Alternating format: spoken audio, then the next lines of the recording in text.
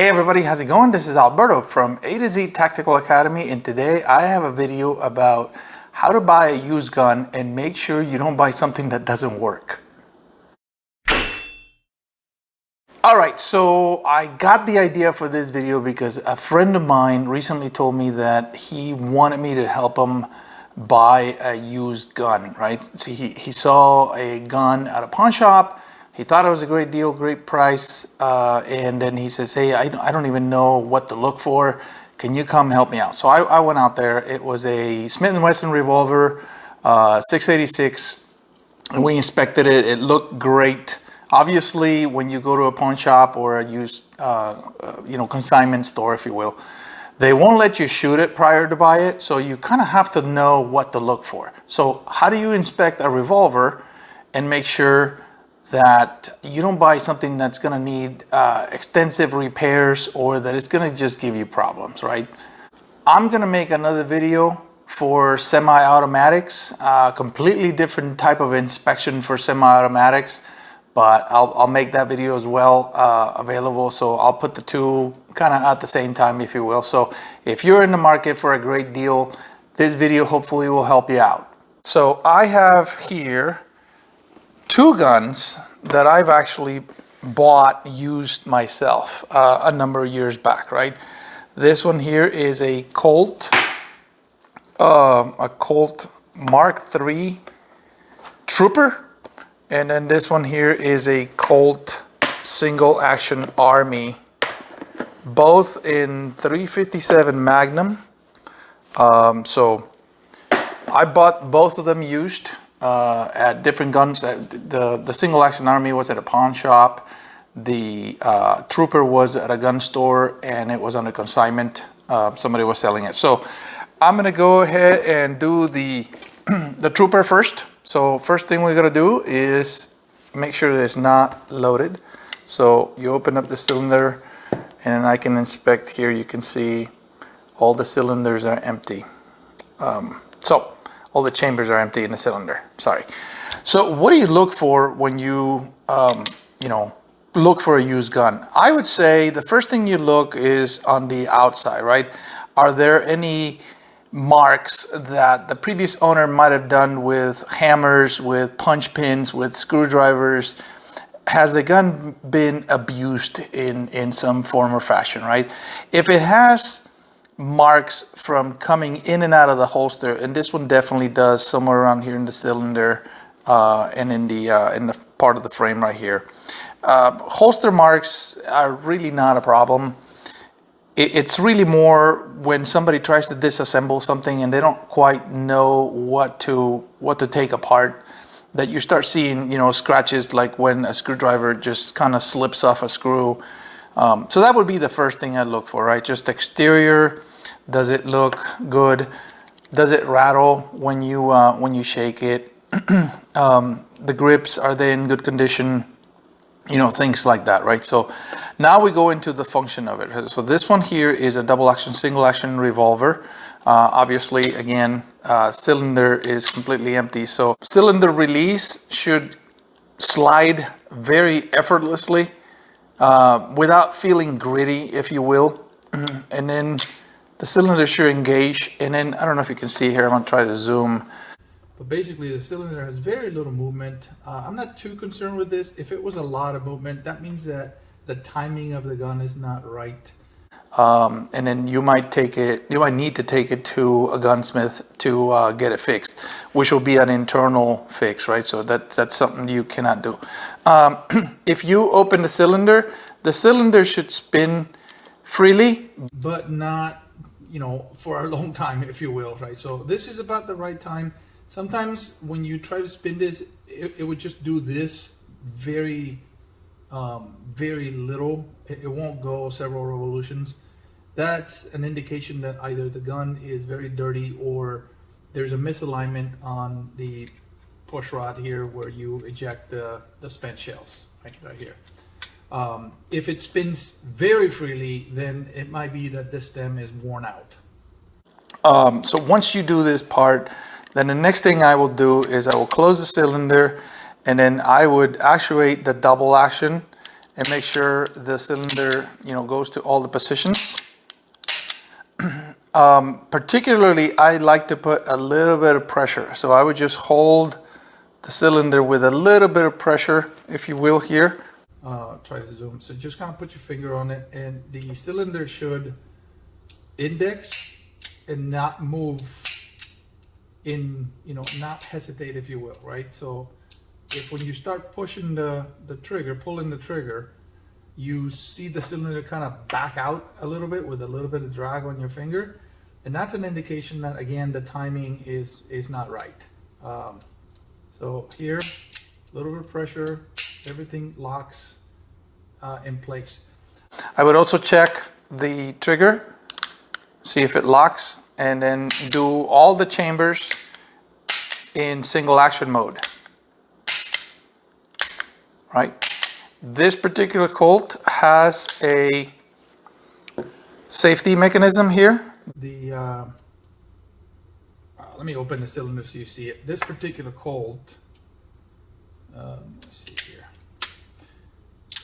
here, has a safety here so that if you drop the hammer without pulling the trigger, the firing pin will not protrude into the firing pin, if you will, right? So let me show you what that means. Right now, I'm gonna pull the trigger and hold it at the back position. You can see how the firing pin protrudes here. You can kind of see it, it's right there, right? If I let go of the trigger, that should retract. Perfect. That means that safety is functional. If you just pull the hammer and let it fall without pulling the trigger, this firing pin should not come out because you're not pulling on the trigger, right? So that safety bar should prevent accidental discharges this way. Not all guns have that safety bar, but this one does. So if it does, make sure you test that part. This particular gun does not have a half cock position for the hammer. It's basically just all cock, right? If I release it and then let it go, the firing pin should not come out. If I push it and hold the trigger back, then there's my firing pin, and as soon as I let go of the trigger, the firing pin retracts. So this gun, functionally looks great. The finish is blued steel, so I love this little thing. It's a pretty big one. It's a 6-inch barrel. So yeah, this is quite a find. I found it at a consignment store, and I really like it. So let me now show you the single action Army. Let me put this away. So for the single action Army, which is right here, to inspect the cylinder and make sure that the gun is unloaded before we start touching anything, we go to half cock position. That's just how the gun was designed. And then we open the loading gate. Now we can inspect. The cylinder should spin freely. You should hear the clicks of each of the indexes, if you will. So now that we've made sure that the gun is unloaded, we can actuate the ejection. And it should protrude out of each of the chambers, right? Cool. So I'm gonna close the loading gate, and again, I'm just gonna visually inspect the outside. This is a very old gun, so definitely has more wear. Here in the front, from coming in and out of the holster, it probably was used for cowboy action or steel shooting, steel challenge, if you will, right? Once I do that inspection, that everything is kosher on that side, then I'm going to go to full cock. This being a single action gun, it's basically the trigger is going to drop the hammer and then not do anything else, right? So this does have a couple of positions, kind of like a carry position, if you will, a half cock and a full cock, right? So I would do this with all 6 chambers, if you will, and then I will do the same thing. touch the cylinder and induce a little bit of drag and just do this. The cylinder should be very fixed into its position and not move easily. You can kind of see here's very negligible movement. So induce a little bit of drag into the cylinder and then do this motion for every one of them, right? I would do it all 6 times and not just a couple of times, because you may find that one of them is out of time and not all of them. So want to make sure that all the gears engage and everything is functional. In these particular guns, the firing pin is actually attached to the hammer. So it's right there. When you do full cock, you can inspect what it will be the firing pin right here, right? So make sure there's not broken or cracked or you know, loose. In this case, yeah, it is a little loose, you know, a little bit, but it's not horrible. So I'm not concerned with it. But if you see it that it's been, you know, colliding into some harder metals, it would show here. In single action guns, something actually pretty cool happens. You can go to half cock, open the loading gate, and then push the this detent right here and pull. Let's see if I can show it without obstruting the camera. Pull this part right here. This comes off, and now the cylinder, the whole entire cylinder comes out.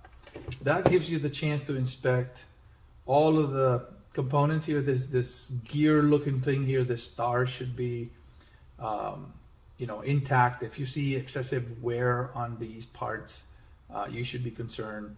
Same thing here. You can inspect the chambers, make sure that there's no pitting inside on the metals.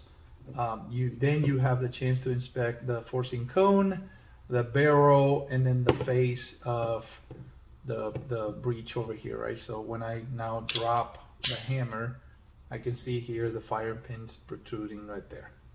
So to put it back together, half cock, you drop this guy from the loading gate in, just kind of drops in there, and then this guy goes back in here, right there.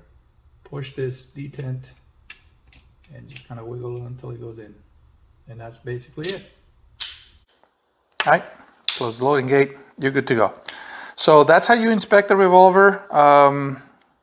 You can find some real bargains from people that state sales, or people that don't want them anymore, or they bought them because they were fun or for their kids. You can find a lot of Ruger single action army style guns in 22 long rifle, which are actually a blast. You know, you can teach kids the fundamentals of marksmanship and safety with a single action gun. They won't get in trouble. They're very easy. There's a ton of them out there in pawn shops, and you can pick them up for $100, $200, right? These two Revolvers, they're in all metal and 6-inch barrels and 357 Magnum are kind of my babies. I rarely shoot them, but when I do, it's fun. When I bring them out to the range with my friends, everybody wants to shoot them, right? Play cowboy. Hopefully this video gives you a few tips on how to buy a used gun and maybe save some money. You can find some real bargains out there. Please like, subscribe, and comment. I am very glad you were here. Thank you.